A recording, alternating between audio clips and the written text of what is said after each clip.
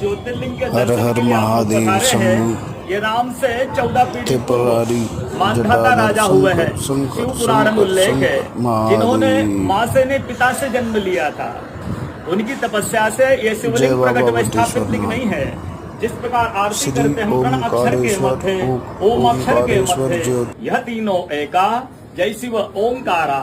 एक शिवलिंग में ब्रह्मा विष्णु महेश निराकार धरती से प्रकट हुए हैं, इसलिए अखंड दीप यह जो जल रहा प्राचीन समय से, एक ही दीपक में 3 बातियां लगातार जल रही है। ब्रह्मा विष्णु महेश की इस पहाड़ी के ऊपर 7 किलोमीटर का परिक्रमा मार्ग है, वो भी ओम आकृति में है। जो पर्वत हम प्रभु के दर्शनों के लिए खड़े हैं, ये पर्वत स्वयं शिवलिंग की आकृति में है।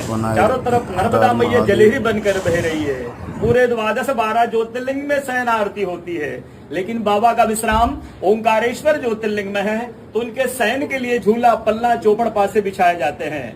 बाबा यहाँ विश्राम करके 3 बजे रात उठकर महाकालेश्वर जाएंगे, वहाँ स्नान करेंगे, इसलिए वहाँ का भस्म आरती प्रसिद्ध है, यहाँ का शयन आरती प्रसिद्ध है। शिव पुराण में भी कथा आती है, महिलाएं 16 सोमवार व्रत करती है, उसमें भी कथा आती है। क्या कथा आती है?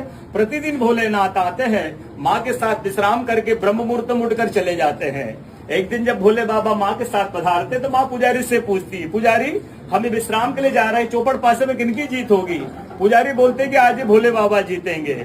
ऐसा बोलकर पुजारी घर चले जाते हैं, भोले बाबा माँ विश्राम के लिए चले जाते हैं। सुबह ब्रह्म मुहूर्त में जैसे ही भोले बाबा माँ बाहर निकलते हैं तो माँ पुजारी से पूछती, पुजारी कल मैंने आपसे पूछा था हमें विश्राम के लिए जा रहे चौपड़ पासे में किनकी जीत होगी? आपने कहा भोले बाबा जीतेंगे। भोले बाबा नहीं, मैं जीती हूँ। माँ ऐसा बोल करके उनको श्राप दे के चली जाती है।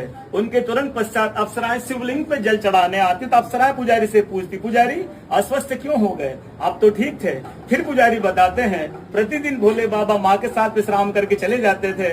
कल भोले बाबा माँ के साथ पधारे, माँ ने मुझसे पूछ लिया, पुजारी हमें विश्राम के लिए जाएंगे, चौपड़ पासे में किनकी जीत होगी? मैंने कहा भोले बाबा जीतेंगे। भोले बाबा ने माँ जीत गई, माँ मुझे श्राप देके चली गई। अप्सराएं बोलती चिंता न करो, हम अंदर जाकर शिवलिंग की पूजा करके आते, फिर इसका उपाय बताएंगे। अप्सराएं अंदर जाकर के शिवलिंग की पूजा करके बाहर आकर बोलती, पुजारी आप 16 सोमवार व्रत कीजिएगा, व्रत करते ही स्वस्थ हो जाएंगे, व्रत करते ही ठीक हो जाएंगे। ये वो कथा का दर्शन प्रतिदिन होता है। पूरे 12 ज्योतिर्लिंग 12 ज्योतिर्लिंग में ओंकारेश्वर ऐसा ज्योतिर्लिंग है जिसके दर्शन के पश्चात कोई महानदी का दर्शन होता है, जिसके तट को छूकर कोई महानदी बह रही है। आप काशी जाएंगे, गंगा जी दूर है। आप उज्जैन जाएंगे, क्षिप्रा जी दूर है। आप सोमनाथ जाएंगे, समुद्र है। लेकिन ओंकारेश्वर है ऐसा ज्योतिर्लिंग है जिसके दर्शन के पश्चात कोई महानदी का दर्शन होता है। वो महानदी है रुद्रदेहाज।